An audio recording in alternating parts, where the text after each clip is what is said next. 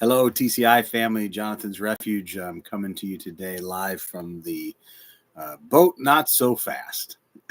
Excuse my lung. Not So Fast is the name of the boat. On the boat, for those that don't know, when you drive a boat, it's not miles per hour. So you don't have like I'm doing 20 miles an hour. I'm doing 20 knots. So it's a cruiser, which means it doesn't plane, it doesn't speed. It's not a speedboat. It's a cruising yacht. And so it goes, you can get up to 11, maybe at top speed, 12, 13 knots. But she cruises nice at 7 knots. And so that's why the name, it's cool. It's not so fast. Kind of like I was telling one of our board members, I was like, it's kind of like us.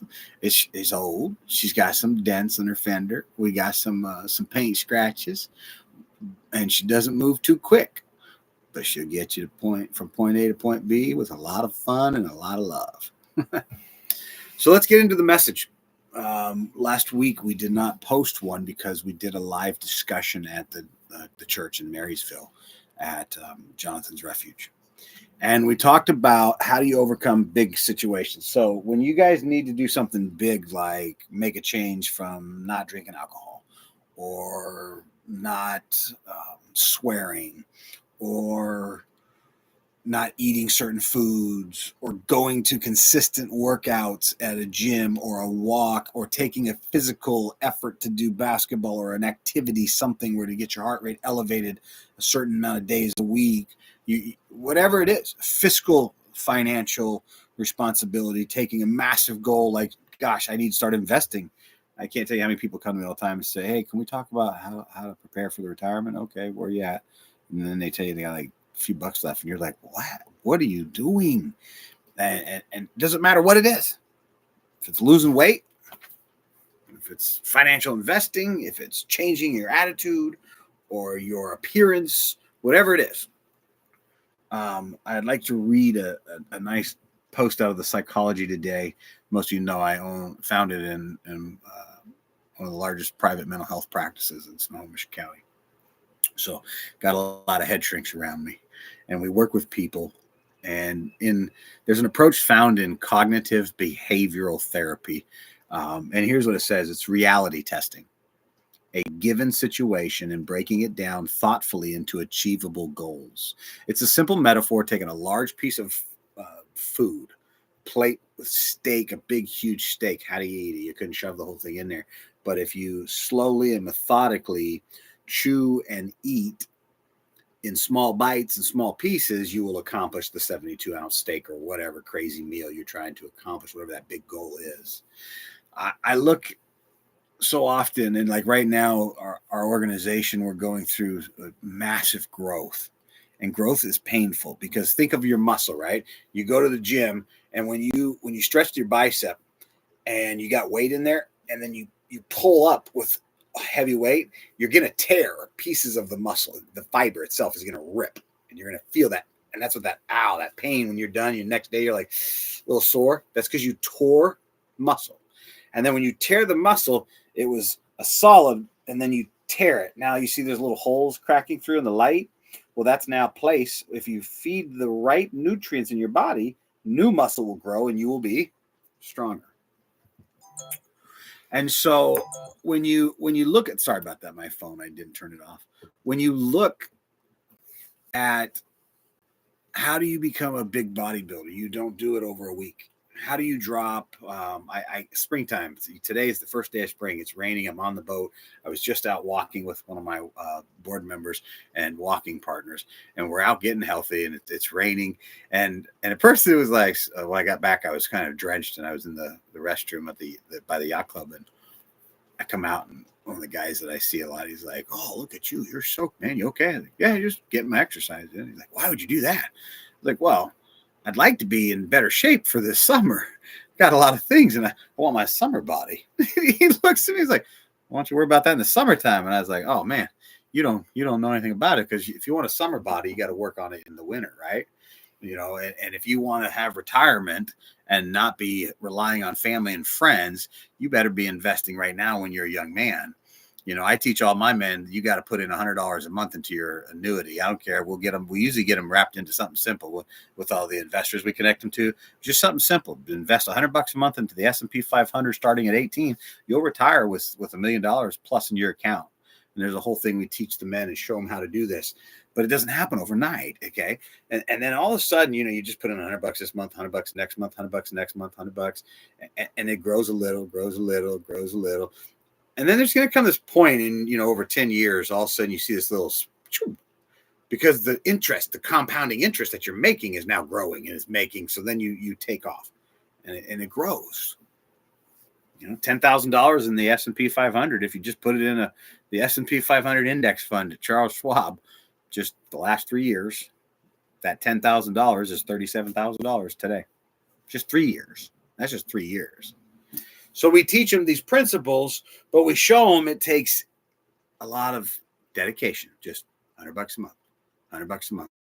And then you start to teach them things like, so do you want to retire okay, or do you want to retire okay? So then you've got to show them habits, and you look at their situation, and you see they spend a lot of money on their robes, their clothing, right? Their jewelry. Well, maybe if you lower that, you can put that much money aside each month more. And then you explain how much more it equals at the end. And all of a sudden they get it. And they're like, oh, so what it is it's not, I just put a few bucks in, I become rich. There's no get rich quick thing. There's consistent investing, right? Or consistent healthy choices to lose the weight, or consistent educating yourself and then trying to take what you've learned to improve relationships. It's the consistency. How do you eat an elephant? My church knows this. One bite at a time. Everybody should be saying that right now. One bite at a time. How do you eat an elephant? Thank you. Cam, I appreciate you speaking up. I love him. He's one of my spiritual sons. I'm so proud of that man. He's amazing. How did he get to where he's at? How is he sitting here making just that six figures? How is he a partner in a construction, in a trucking company? How is he doing all these great things? How is he doing that with multiple vehicles and all kinds of stuff and fun toys? How is life? He didn't do all of that. He just took one thing, got a job, worked at the next step, got the vehicle, worked at another step, got a better commuter car, worked at another step, did so good, did a little reward, spent a few $100 on a cheap bike, rebuilt it himself for almost nothing, got himself a bike that would have cost a couple $1,000s. And then he invested the rest of the money, and he keeps piling it in there and investing. He's working on getting a house with me and the partners and other people we're working with. And I look at that and I go, wow, look at this guy. How did he do it? It didn't happen overnight. It takes time. But his upswing is starting to go like this, and it's going to be this big growth. Look at David in the Bible. I want you to hear this. So David is, if I can find my notes, and please forgive me. There I go. 2 Samuel chapter 22, verse 7. And here's what it says. This is David saying this. He says, in my distress, I called to the Lord. I called out to my God from his temple. He heard my voice. My cry came to his ear. David's one of my favorite characters in the whole Bible. I don't know. I would have to say I probably teach 60% of my messages about the man's life. It is one of my namesakes, literally Jonathan Edward David Brown. So Jonathan and David were the two best friends. David was the best friend with Jonathan, who was the prince, the heir to the throne of Israel. His father, Saul, the first king, and his son died. And so there's this whole beautiful relationship with David and Jonathan. It's one of my favorite stories. You guys have heard the story of David and Goliath. Bathsheba, the famous Bathsheba and David have a son, and he becomes the wisest king of all time, King Solomon. So David's life, I have spent my life as part of my namesake, tracing his life and studying the man. My father would teach me these lessons. And I respect David so much because he never tried to. Sometimes people look at me and they go, man, you're doing so much. Because in the next 6 months, we've got like a dozen balls up in the air being juggled all at the same time.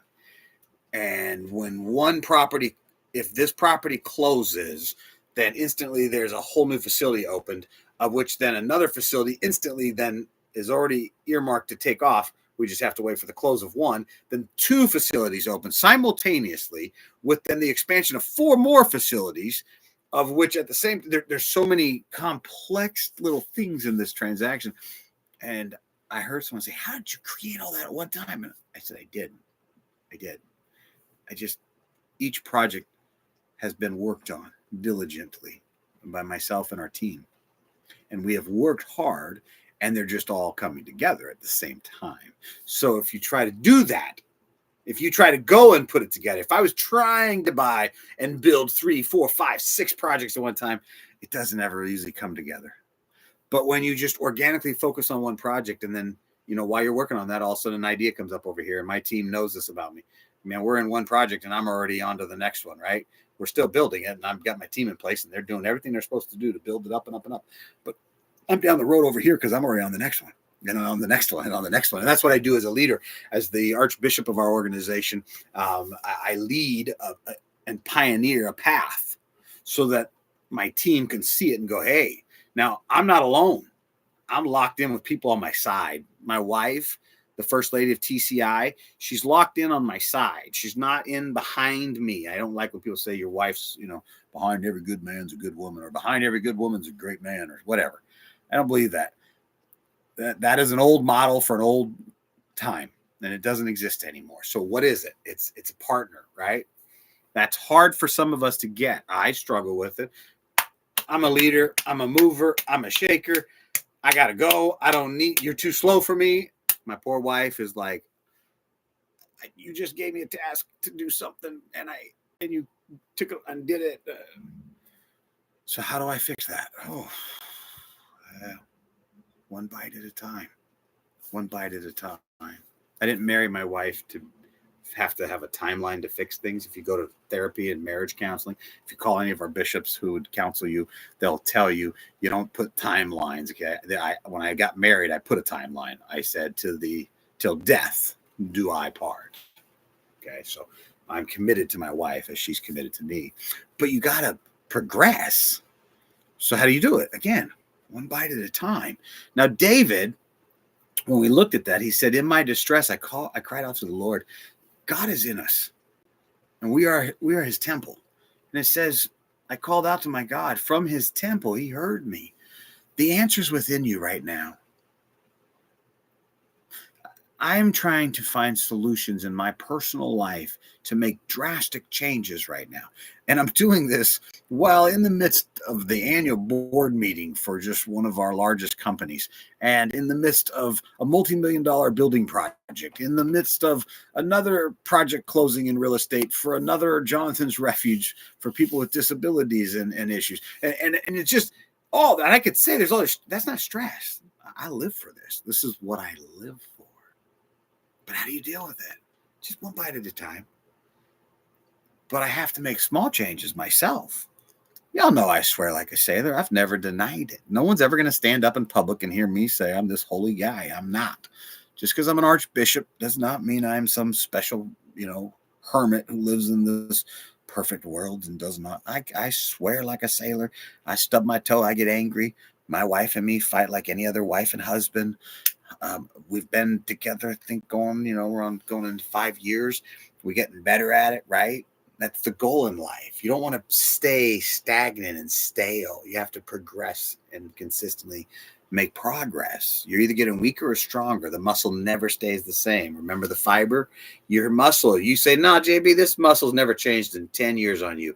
Might not look like it, but on the micro basis, science proves it gets weaker or stronger every day, depending on what you do.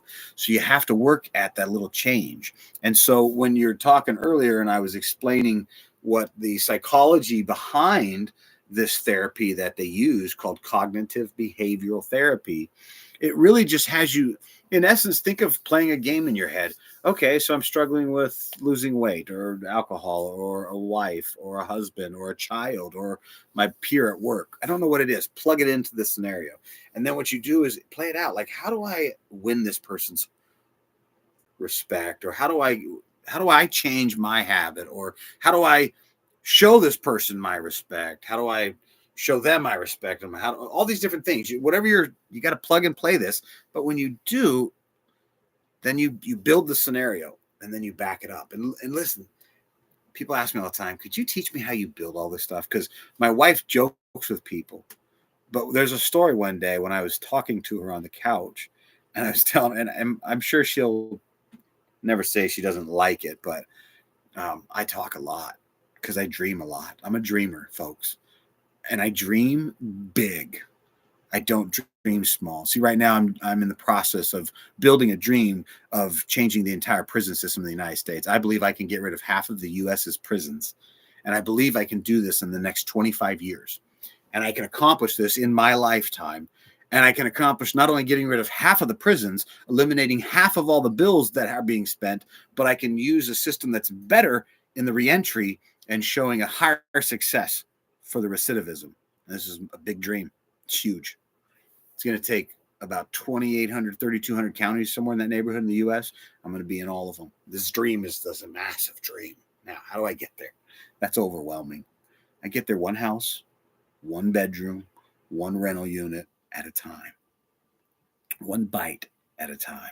And then all of a sudden you get this compound interest in it. And sometimes sales fall out and you got to go onto another property. It wasn't meant to be. Don't look at that as a down thing. Look at it as a growth opportunity. What did you learn from that one? How can you not make mistakes? And it's not necessarily you made a mistake. Sometimes I have dodged massive bullets. So when at first I was like, oh man, I couldn't get that house. That didn't work out. I then look back and I find out later I would have lost a ton of money on something. And I'm like, ooh, the good Lord was looking out for me. See, I cried out to the Lord, he said. David did. That's one of the keys. David always cried out to God. Don't be afraid to cry out to God and say, Lord, I love you. Lord, I need your help. God, somehow guide me, open my ears, because I do that. I was walking with a team member today and I'm like, brother, I need help. I'm missing something in my life. And, when you climb the ladder, sometimes you get up and people say it gets lonely.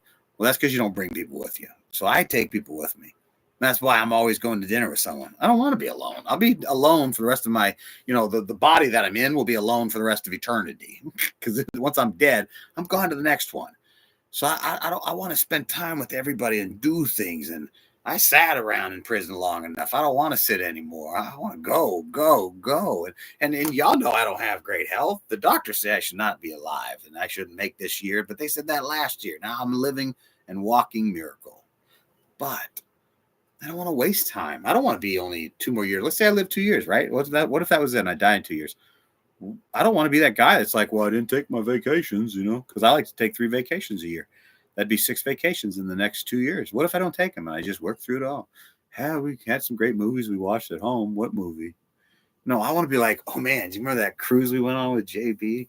I want my wife to be like, oh my God, that was the most magical time. We went to this one dinner at this place on a, fjord in Norway or whatever.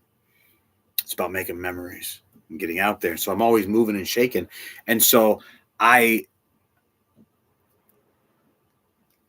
sometimes can even forget that I got to respect all the people around me and I got to slow down because I'm moving 1,000,000 miles an hour. And in certain situations in life, you just got to pick up your pace and move on with me. Okay. But there's also times where I need to slow my pace and work on another person's pace. There's nothing wrong with that. There's nothing wrong with being wrong. I'm wrong a lot. I'm just more right than I'm wrong. 9 out of 10 times, and when it comes to business and my deals, I'm right. Still means I'm wrong 1 out of 10 times. I lose on deals. That number's not always been 9 out of 10. That number got there. And I say 9 out of 10. Realistically, it's like 8 point something. It's just shy of 9. On the last of all these business deals, you just add them up and how much I've done and what I've done. And I just get it right. But it's not because I'm some genius. It's not. It's a system. It's like Warren Buffett with investing. He doesn't buy stocks. I don't buy stocks. What do you buy? I buy a company. So I'm out finding out about the company. I don't look at a stock and go, oh, it's a good number today. No, what's the company? Who are they? How much stock does the CEO? If any of the staff that are running it don't own the stock, I'm out. I don't even look at it. First thing I do is go to the Vickers report. How much does the executive team own of shares? Are they buying or selling? Are they actively trading? Are they holding for long haul? And you start with the management team, then you work your way through the whole thing, and you find out if you got a good company. And so all of this, from investing to losing weight to spiritually changing your habits as a spiritual being, to also changing your language from not swearing, something that I'm trying to teach the men at the refuge. We are no longer going to allow swearing in front of women. It's just not happening. And I don't swear in front of women, but then I realized, God, my wife's she's my wife. She deserves that too. So she's getting it. And the men are, they don't have a choice. I've told them, I respect you, I love you, but this isn't an option. You will tone your mouth. And so I don't care if you swear with me. One of my board members, he doesn't care. Another one does. So just show respect to our peers, show respect to our colleagues, our families, our spouses, our children, our husbands, our wives, the whole clan. And it's not easy. Take sometimes some effort. And yeah, sometimes there's a point where you got to say, nope, I'm going to do this, and everyone's just going to have to deal with it. But those aren't always, it's not that that's every time. But it also does need to happen sometimes. So you just, again, all of that we're discussing goes back to this whole concept of just one bite at a time. How do you eat this elephant? How do you quit becoming a person who just has to go to a bar to get drunk all the time? How do you do all of those activities? Again, the solution, one bite at a time. I love you guys. God bless. Thank you for being with us this week. Keep us in your prayers. We got a big annual board meeting next week. We will still have a church service Thursday, but it's exciting. We will have a pre-recorded message. We won't be able to be there because we'll be up in the retreat with the board and the board of directors. So God bless, and we'll see you guys next week.